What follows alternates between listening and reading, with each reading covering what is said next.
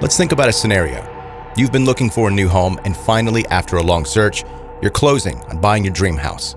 But while you're waiting for the paperwork to go through, somebody comes up and asks you, "Do you know what happened in that house?" And of course you don't, so you go to Google and the search results tell you a horrible story. 11 family members were brutally murdered inside of your future home one Easter Sunday. Would you still move in? That's the question that Cinnamon Baker had to ask herself when she was buying the house at 635 Minor Avenue in Hamilton, Ohio in 2008. Her boyfriend's coworker asked them about a man named James Ruppert, and when the couple looked him up, what they found was not pretty. Discretion is advised. This is 10-Minute Murder.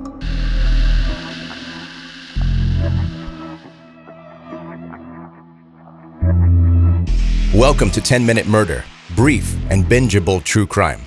My name is Joe, I'm the host, and thank you for joining today. If you stumbled into this podcast on purpose or by accident, I appreciate it either way. If you've never listened before, I hope that you like what you hear and stick around, maybe listen to a few more episodes and subscribe. If you meant to come here and have been a listener for a while, I love you and I want to have your babies, but not in a weird, creepy way, metaphorically. I metaphorically want to have your babies, or baby. Maybe we decide just to have the one baby and spoil it. I don't know. I'm open. All right, that was strange. My bad. Hey, while we're both trying to erase what just happened from our memory, here is your reminder to connect with 10-Minute Murder on social media. Links are in the show notes. That was awful. Sorry. Okay, let's get to today's story.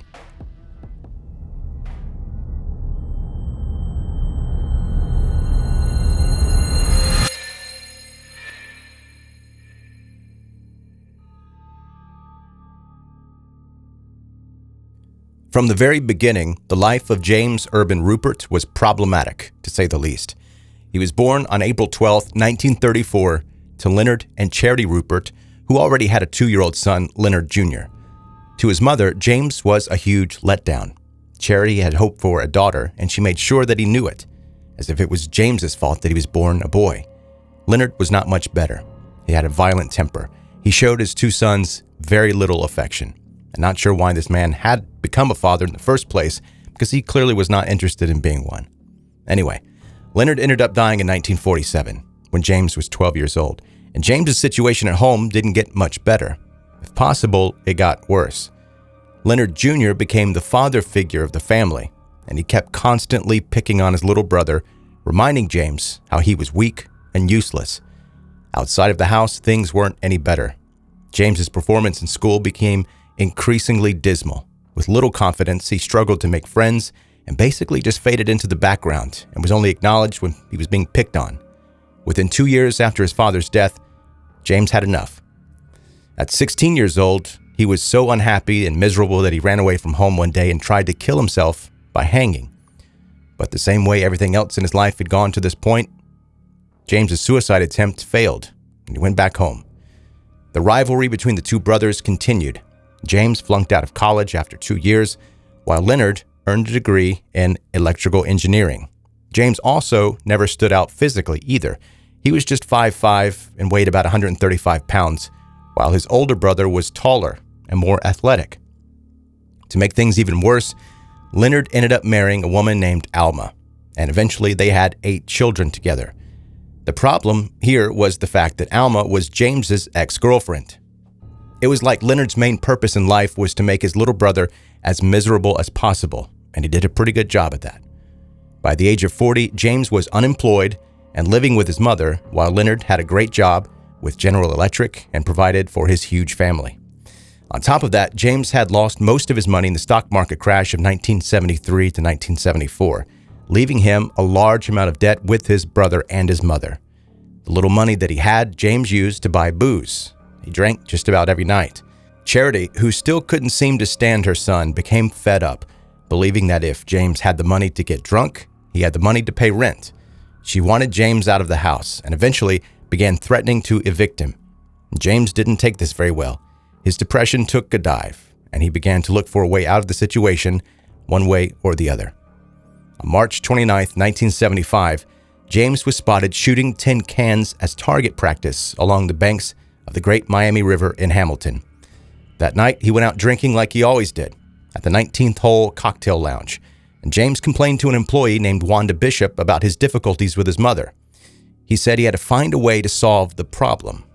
When James left around 11 o'clock, he came back an hour and a half later, and Wanda asked him if he had solved the issue.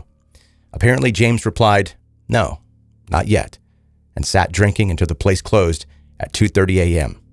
The next day was Easter Sunday. After stumbling home after a night of too many drinks, James tucked himself into bed and slept for the majority of Easter Sunday. Meanwhile, Leonard and Alma brought their 8 children between the ages of 4 and 17 to visit their grandmother Charity at her house at 635 Minor Avenue around 4 p.m. James stayed upstairs, sleeping off his hangover, while the kids enjoyed an Easter egg hunt in the front yard. Afterward, they came back inside and played in the living room while Charity, Alma, and Leonard finished lunch preparations. Finally, summoned by the commotion, James woke up and went downstairs. He was greeted by Leonard, who said, "How's the Volkswagen?" Something in that simple question seemed to push Leonard over the edge. He didn't say a word, but returned to his room upstairs.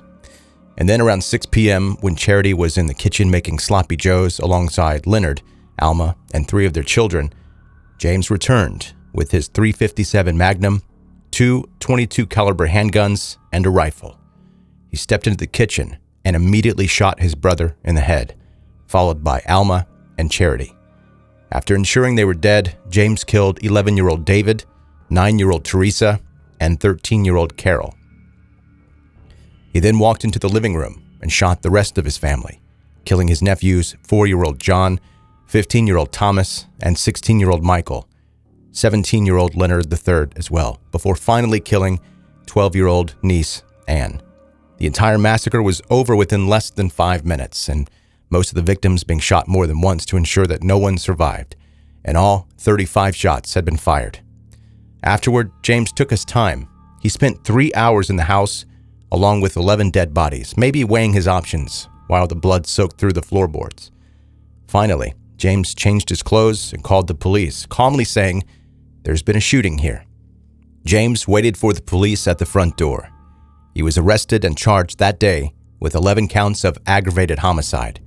Authorities quoted James as saying, quote, "My mother drove me crazy by always combing my hair, talked to me like I was a baby, and tried to make me into a homosexual." That is definitely not a reason to shoot 11 people to death, but the comment gave the police an idea of James's state of mind. Afterward, he was generally uncooperative. James didn't answer any questions and made it clear he was going for an insanity defense. Prosecutors believed that this was a calculated decision, with James hoping to be cured of his mental illness so that he would eventually be released and then free to receive the $300,000 inheritance. But while it was clear that James was a person who suffered from a severe paranoia and operated under a well-developed delusion system, even believing that family members, the police, and the FBI were involved in a long-standing conspiracy to persecute him, prosecutors did not want this to end with a not guilty verdict. News of the massacre at the Hamilton home spread like wildfire. Nobody could believe that this quiet, unassuming man had just killed his whole family. While nobody could deny he was a little strange and a loner, James was still seen as friendly, modest, and a helpful citizen who had never had problems with police before. How does a person like that become a mass murderer? Some even refused to acknowledge that James Ruppert was a killer. It wasn't until more details of the brutal massacre were released that denial finally turned into anger. During his first trial that was held in Hamilton, a panel of 3 judges found James Ruppert guilty of all 11 counts of murder and sentenced him to life in prison. But due to a legal technicality, the decision was overturned and James got a brand new trial, this time in Findlay, 125 miles north. The reasoning was that James had never got a fair trial in Hamilton, in his hometown, where everybody wanted him put away forever. The second trial began in June 1975. By then, prosecutors had time to gather new evidence, including James's statements about, quote, solving his problem, like he had told people at the bar the day before, him engaging in target practice shortly before the massacre, and asking about silencers for his gun collection. When the verdict came through in July, it didn't surprise anybody. James Ruppert was once again found guilty and sentenced to 11 consecutive life sentences. But wait, there's more. James appealed the verdict and was granted yet another trial in 1982. As his defense attorney, Hugh Holbrook, believed James was really insane, he personally funded the hiring of expert psychiatrists and psychologists from all over the country to prove the case.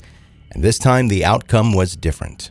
On July 23, 1982, another 3-judge panel found James Ruppert guilty of only 2 murders, his mother and his brother.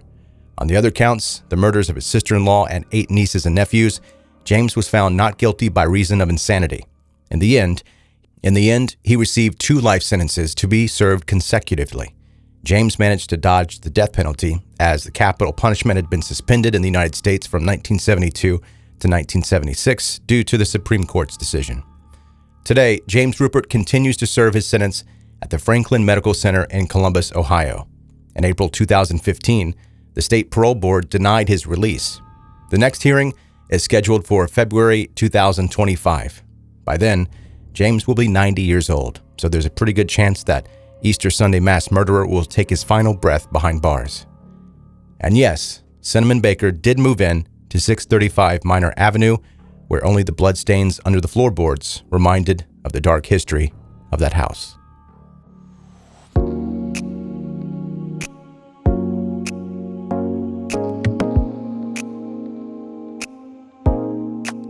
That's today's 10-Minute Murder, brief and bingeable true crime. Thanks for listening today. And before you go, connect with the podcast on social media if you want to take a look at the visuals that go along with these episodes.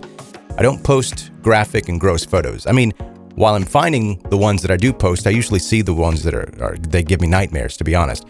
But I know that you probably don't want me to force those nightmares on you, so I don't post that.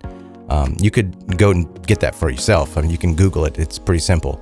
Also, I'd probably get banned from Facebook and Instagram if I did try to post that. Not Twitter, though. That's like the Wild West. Anything goes on Twitter. But if, like I said, if you do want to see those gross photos, you're more than welcome to ask Jeeves yourself. They're there. Subscribe to 10-Minute Murder wherever you're listening right now so that you don't miss any episodes in the future. And lastly, tell your friends, your coworkers, family, coworkers that feel like family that feels like coworkers, all of those people. Tell them about 10-Minute Murder. Thanks for listening. Be safe and have a good night.